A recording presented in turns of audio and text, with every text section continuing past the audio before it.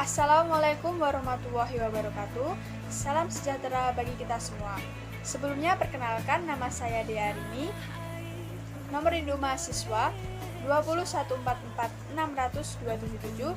dari kelas A720 Program Studi Pendidikan Guru Sekolah Dasar. Sebelumnya saya di sini akan membahas tentang bagaimana sih cara kita mengimplementasikan nilai-nilai Pancasila dari sila pertama hingga sila kelima dalam kehidupan sehari-hari, baik di lingkungan rumah maupun di lingkungan masyarakat. Sebelumnya, saya akan menjelaskan tentang pengertian Pancasila itu sendiri. Pancasila adalah pilar ideologi bangsa Indonesia sebagai dasar negara dan pedoman yang kuat untuk mencapai tujuan negara Indonesia dalam kehidupan berbangsa dan bernegara. Adapun tujuan dari Pancasila itu sendiri, yang pertama, menjadikan bangsa yang religius, taat kepada Tuhan Yang Maha Esa. Yang kedua, menjadikan bangsa yang demokratis. Yang ketiga, menjadikan bangsa yang nasionalis, yang mencintai tanah air Indonesia. Yang keempat, menjadikan bangsa yang adil secara sosial dan ekonomi. Langsung saja kita masuk ke pembahasannya, yaitu yang pertama, sila pertama Pancasila yang berbunyi ketuhanan yang Maha Esa.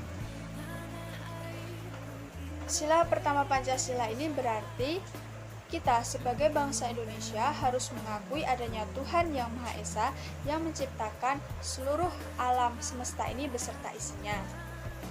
Adapun makna dari sila pertama Pancasila ini adalah yang pertama, pengakuan dari seluruh bangsa Indonesia dengan adanya Tuhan Yang Maha Esa yang menciptakan seluruh alam semesta ini beserta isinya. Yang kedua, menciptakan sikap yang taat dalam menjalankan agama sebagaimana telah diatur dalam ajaran yang telah diperintahkan. Yang ketiga, memberikan pengakuan dan kebebasan dalam memeluk agama yang diyakininya. Yang keempat, tidak ada unsur memaksa dalam memeluk agama yang diyakininya. Dan yang kelima, menciptakan hidup yang saling menghargai dan menghormati antar umat beragama. Implementasikan dari sila pertama Pancasila ini. Yang pertama, berdoa sebelum dan sesudah makan. 2. Bersyukur kepada Tuhan atas segala nikmat yang telah Ia berikan. 3. Melaksanakan ibadah sesuai dengan agama yang dianut. Dan 4. Menghormati agama orang lain. Yang kedua yaitu sila kedua Pancasila yang berbunyi kemanusiaan yang adil dan beradab, yang berarti bahwa manusia seharusnya diperlakukan dan diakui sesuai dengan harkat dan martabatnya sebagai makhluk ciptaan Tuhan Yang Maha Esa yang memiliki derajat yang sama, mempunyai hak dan kewajiban yang sama, tanpa membeda-bedakan suku, ras, agama, budaya, dan keturunan. Adapun makna dari sila kedua Pancasila ini yaitu yang pertama, kesadaran dari setiap rakyat Indonesia disesuaikan dengan nilai moral dan tuntutan hati nurani pada setiap individu. Yang kedua, menghormati hak asasi manusia antar individu. Yang ketiga, mengembangkan sikap saling mencintai antara sesama manusia. Yang keempat, menerapkan kehidupan yang adil dan beradab. Yang kelima, mengembangkan sikap tegar rasa dan saling menghormati menghargai antar sesama manusia. Adapun implementasi dari sila kedua yaitu pertama, membantu adik dalam belajar. 2. Membantu orang tua mencuci piring atau memasak. 3. Menolong teman yang sedang kesulitan dan bersikap sopan kepada orang tua. Baik, yang ketiga yaitu sila ketiga Pancasila yang berbunyi Persatuan Indonesia. Dari sila ketiga ini yang berarti kita sebagai masyarakat Indonesia harus menjadi satu atau utuh, tidak terpecah belah, walaupun kita memiliki perbedaan suku, agama, ras, budaya. kita harus tetap menjadi satu untuk mencapai cita-cita negara Indonesia ini. Makna dari sila ketiga Pancasila ini adalah yang pertama, kebersamaan, yang kedua, persatuan Indonesia, yang ketiga, mengedepankan kepentingan bangsa daripada kepentingan pribadi ataupun kelompok, yang keempat, menciptakan dan mempertahankan kesatuan dan kedaulatan, yang kelima, rela berkorban demi kehormatan bangsa dan negara Indonesia ini. Adapun implementasi dari sila ketiga yaitu: pertama, melestarikan budaya daerah. Dua, mencintai dan bangga menggunakan produk buatan Indonesia. Dan cinta terhadap tanah air demi menjaga persatuan dan kesatuan bangsa Indonesia. Yang keempat yaitu sila keempat Pancasila yang berbunyi, kerakyatan yang dipimpin oleh hikmat kebijaksanaan dalam permusyawaratan dan perwakilan. Yang berarti, kita sebagai warga Indonesia harus mempunyai hak, kedudukan, dan kewajiban yang sama. Tidak membeda-bedakan, meskipun memiliki hak dan kewajibannya masing-masing. Dan kita perlu memperhatikan kepentingan bersama daripada kepentingan pribadi, serta tidak memiliki rasa egois.